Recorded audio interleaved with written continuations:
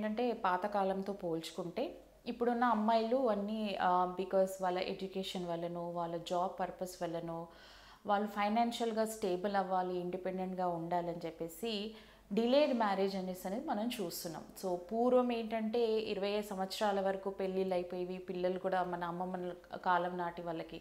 కానీ ఇప్పుడు ఏంటంటే 30 ఏళ్ళు దాటినా పెళ్ళిళ్ళు అనేవి జరగట్లేదు, చాలా లేట్ మ్యారేజెస్ అవుతాయి. సో మ్యారేజ్ అయిన తర్వాత కూడా వాళ్ళిద్దరు అండర్స్టాండింగ్ అని చెప్పేసో, study purpose, education, job purpose వాళ్ళకు గ్యాప్ కూడా ఉంటుంది. సో ఏంటంటే వాళ్ళు ఎల్డర్లీ ఏజ్ గ్రూప్లోకి వెళ్ళిపోతున్నారు. సో ఈ ఎల్డర్లీ ప్రెగ్నెన్సీ ఏజ్ గ్రూప్లోకి వెళ్ళినప్పుడు దానికి రిలేటెడ్ సమస్యలు ఉంటాయి. సో ఇన్ఫర్టిలిటీ సమస్య, అంటే ప్రెగ్నెన్సీ త్వరగా రాకపోవచ్చు. తర్వాత ఏంటంటే విత్ ఏజ్ ఓవం అంటే ఎగ్ ఒక క్వాలిటీ, ఎగ్ క్వాంటిటీ అనేది కూడా తగ్గే ఛాన్సెస్, అవకాశాలు ఉంటాయి.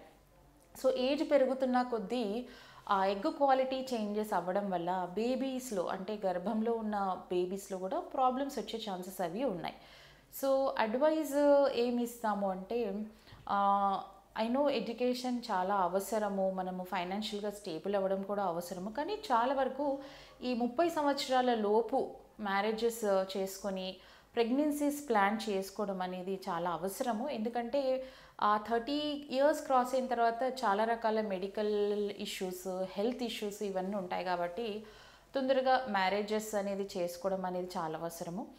ఒకసారి ప్రెగ్నెంట్ అయిన తర్వాత వాళ్ళని వాళ్ళు మెంటలీ అదొక ఫిక్స్, అంటే వాళ్ళు ఎలా అంటే నార్మల్ డెలివరీ అవ్వాలి, సిజేరియన్ నార్మలీ అవ్వాలి అని చెప్పేసి ఒకవేళ వాళ్ళకి థాట్స్ ఉంటే ఫస్ట్ నుంచి ప్రిపరేషన్ అవ్వడం చాలా అవసరం. సో మెంటల్లీ వాళ్ళు ప్రిపేర్డ్గా ఉండాలి. ఎంత పైనైనా నేను భరించగలను, నేను నార్మల్ డెలివరీ చేయించుకుంటానన్న ఒక ధైర్యము, ఒక కాన్సెప్ట్, ఒక ఎయిమ్ వాళ్ళకి డిజైర్ అనేది ఉండాలి.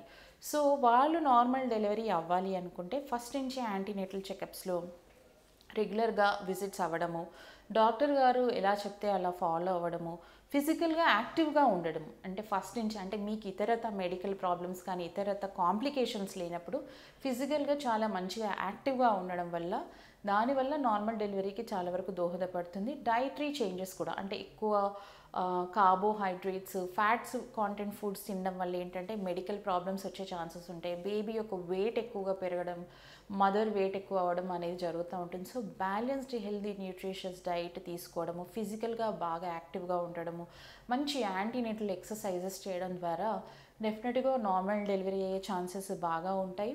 అదే కాకుండా డెలివరీ పెయిన్స్ టైంలో ఓపిక్గా, పేషెన్స్గా, నొప్పులు వచ్చినా నేను భరించగలుగుతాను అనే కాన్సెప్ట్ వాళ్ళకి మెంటల్లీ అది లోపల ఫిక్స్ అయిపోయి ట్రై చేస్తే డెఫినెట్గా నార్మల్ డెలివరీ అవుతుంది.